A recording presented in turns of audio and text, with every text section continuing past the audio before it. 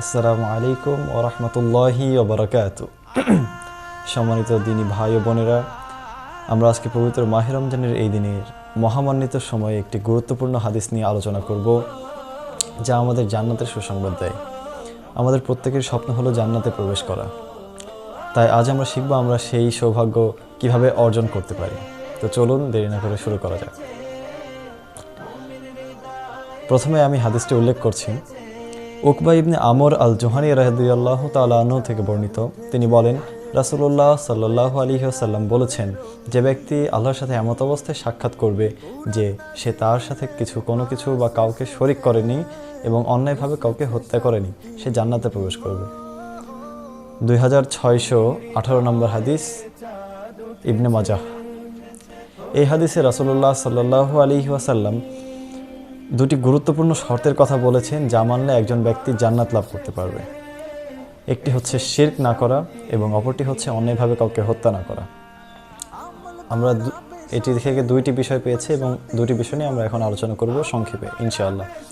একটি হচ্ছে শিরক না করা। কোরআনে ইসলামে সবচেয়ে বড় পাপ হলো শিরক। শিরক মানে আল্লাহর সাথে কারোর অংশীদারিত্ব স্থাপন করা, আল্লাহর সাথে কাউকে শরীক করা।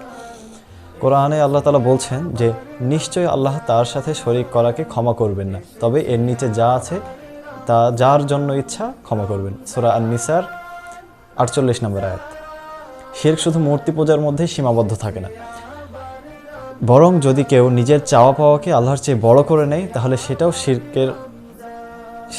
শিরক হয়ে যেতে পারে। তাই আমাদের একমাত্র আল্লাহর ইবাদত করতে হবে এবং তার উপরে নির্ভর করতে হবে। এবং 2 নম্বর বিষয়টি হচ্ছে অন্যায়ভাবে কাউকে হত্যা না করা। ইসলামে অন্যায়ভাবে কাউকে হত্যা করা কঠোরভাবে নিষিদ্ধ, এমনকি আত্মহত্যা করাও নিষিদ্ধ ইসলামে। পবিত্র কোরআনে আল্লাহ তাআলা বলছেন যে কেউ অন্যায়ভাবে কাউকে হত্যা করে সে যেন সমগ্র মানব জাতিকে হত্যা করে। সূরা মাইদার 32 নম্বর আয়াতে। আমরা যদি কারোর প্রতি জুলুম করি, কারোর অধিকার নষ্ট করি অথবা হিংসা বিদ্বেষ ছড়াই, তাহলে সেটাও অন্যায়। তাই আমাদের উচিত সকল প্রকার হিংসা ও বিদ্বেষ ও অন্যায়ের পথ পরিহার করা। আমাদের করণীয় কি?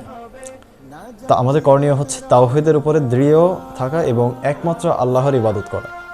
সব ধরনের শিরক, বিদআত ও কুসংস্কার থেকে বিরত থাকা।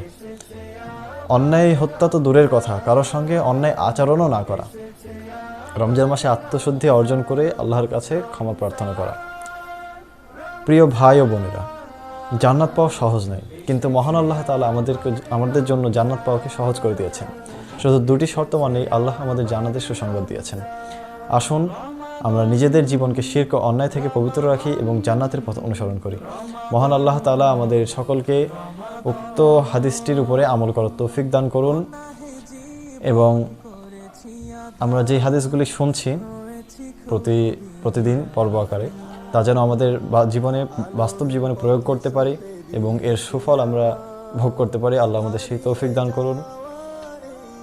আগামী পর্বে আমরা আরও একটি হাদিস নিয়ে সংক্ষেপে আলোচনা করব ইনশাআল্লাহ। সে পর্যন্ত আল্লাহ রাব্বুল আলামিন আমাকে এবং আপনাদেরকে সহি সালামতে সুস্থ রাখুন। ওয়া আখিরি দাওয়ানা আনিল হামদুলিল্লাহি রাব্বিল আলামিন। ওয়াসসালামু আলাইকুম ওয়া রাহমাতুল্লাহি ওয়া বারাকাতুহু।